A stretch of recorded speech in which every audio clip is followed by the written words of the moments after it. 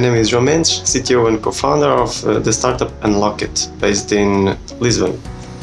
I joined the 7-day CTO challenge because I was needing to join a tech community where I can learn, share knowledge, and improve every day. Since last year, I jumped from being an employee to start my own business, and it failed miserably.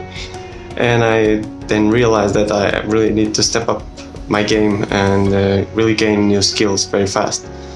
So right now on the startup, I'm developing a whole new product and I hope to make things right. And for that, when I found out about this challenge, it paid off greatly because the guidance in just 7 days is really great.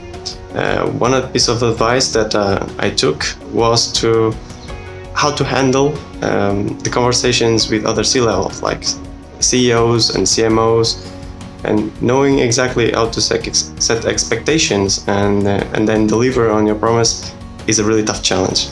So I definitely recommend take those 7 days and you won't regret it.